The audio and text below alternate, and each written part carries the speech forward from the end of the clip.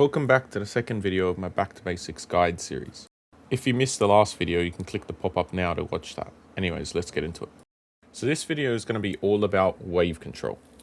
Wave control is basically the control you have over your wave compared to your opponent, whether it pushes to them or comes back to you, as well as how fast it pushes to them or how slow, or if it even pushes to them at all.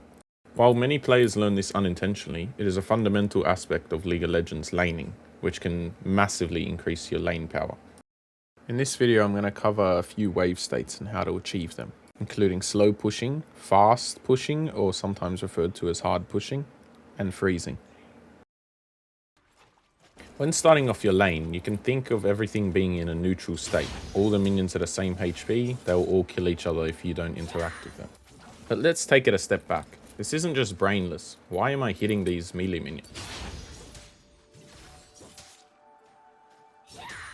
Well, the answer is it creates a temporary imbalance in the waves, meaning I have 6 minions DPSing his wave while he only has 5. This means my wave will gradually push towards him, but it also means that I'll hit level 2 before he does, because I am effectively 1 minion ahead of him.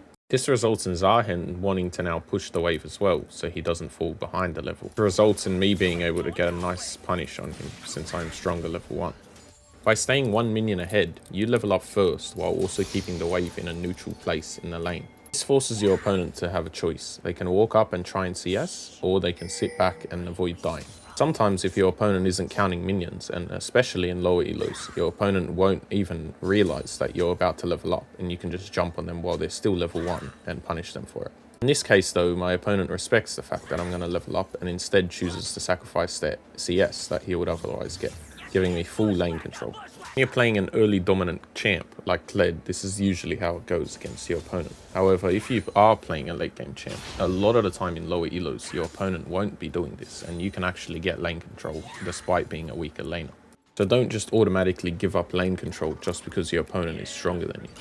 Now if we rewind this just a bit, when Aatrox gives us lane control here, we slowly just last here and wait. This is called slow pushing. What I'm doing here is building up this huge wave behind me as my minions slowly kill theirs. Once I'm satisfied with the amount of minions I got, I then start to push a bit faster. I'm doing this to build up a huge wave on his tower so I can try and tower dive him. A lot of the time this is when the jungler will come top and help you execute this dive. However, I'm confident doing it myself. This is the most brutal way to secure a lead in top lane, but it absolutely stomps your laner should you get it off. You can see I trade 1 for 1 here. But also, Aatrox loses all those minions underneath his tower. Getting used to diving towers like this is a crucial aspect of higher elo League of Legends, and I see in a lot of lower ranks people are absolutely terrified of towers. But learning to punish his mistakes and to tower dive effectively is a crucial part of learning League of Legends. And like learning anything, it needs practice. So I encourage you to try tower dives, especially when the odds look like they're in your favor. If you're not fully confident in this situation, you should ping your jungler and hope that they can rotate up to punish this dive. You should also ping them in advance while you're slow pushing, so they know that you're going to be under the tower soon. In this situation, I would start pinging around this time. However, you can see my Pantheon is just finishing wolves and is not in topside yet. So in this situation, I knew that I wouldn't be getting help from my jungle.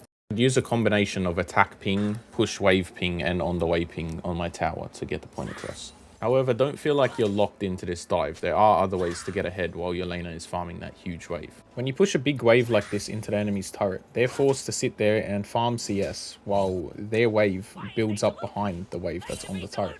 This creates a rebound effect where now the wave will start rebounding to you in a slow push.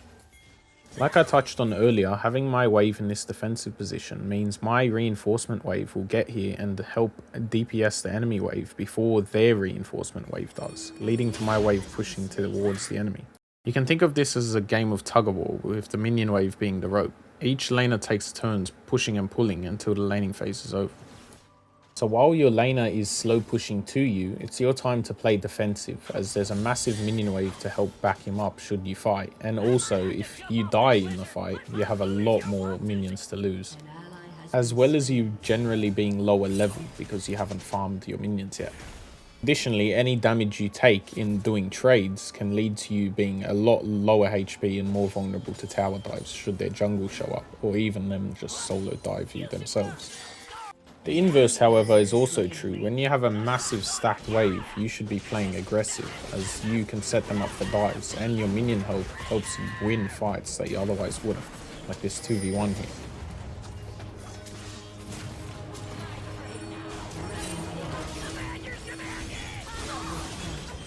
Freezing is another technique to use, which is usually done when you need long trades to win a fight, whereas your opponent only needs short trades, commonly against tanks.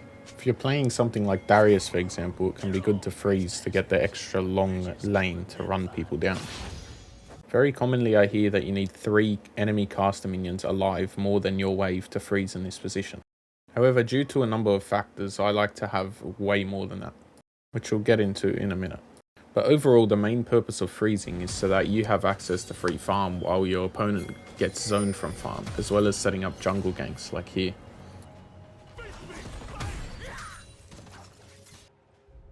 Like I mentioned earlier, the only time I ever freeze in my gameplay is when I'm versing a very tanky champion like Cassante, which I can't easily tower dive from 70% health. In this matchup, I need very long trades to be able to win, so I set up this freeze to force him to try and fight me to push the wave in. I can freeze here with this many extra minions because fighting in them is no problem for me, considering I'm a lot stronger than him.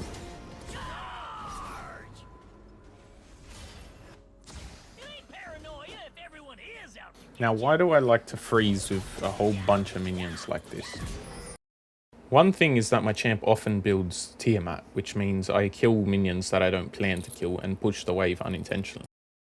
But the main thing is how minions work in this game. When you first load into the game, you can click on a minion to see its stats. These are all the same as the enemy minions, obviously. However, if you focus on these 2 stats right here, one represents a percentage boost of damage that minion does to other minions, and one represents damage reduction.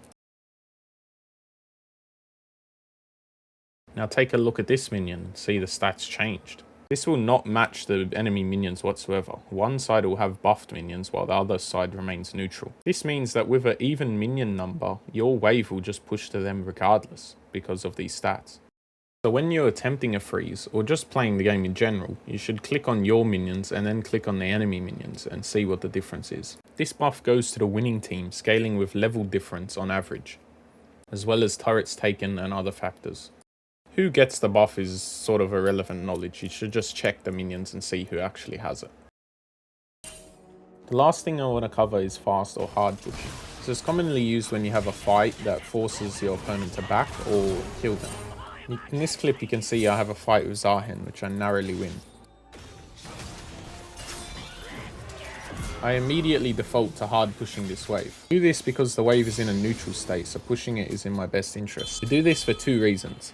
The first one is that enemies could be lurking around waiting to finish me off, like the jungle for example. So getting as much XP and gold as we can before dying is crucial to keeping our lead up. The second reason is so that when Zahen gets back to lane, we're not stuck in a terrible situation where he can freeze on us. As well as denying as much minions to his tower as we can, so he loses as much XP and gold as we can possibly make him. It's not just about making us ahead, but putting him behind.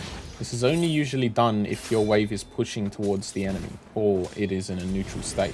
If the wave is slow pushing towards you, it's better to just back a lot of the time, because that means that the enemy wave kills your wave and it achieves the same outcome. Like we mentioned earlier, when Zahen gets back to lane, it might look something like this, where the wave is pushing into his turret and now it will rebound out to us. This means that with our lead, the enemy has no choice but to push into us, which is beneficial for us, as we can set up more kills, as well as potentially set up a freeze to deny more XP and gold. That's all I've got for this video. Stay tuned for the next one, which will be about split pushing essentials. I'd appreciate the like and sub if this helped you out. Anyways, thanks for watching. Never break, always fight, never quit, do it right, play the game, win it life, have no shame, there's no time, feel the pain, live the grind, I can change, in my mind, pick a lane, commit and climb, the only way to win it life, I never miss that step.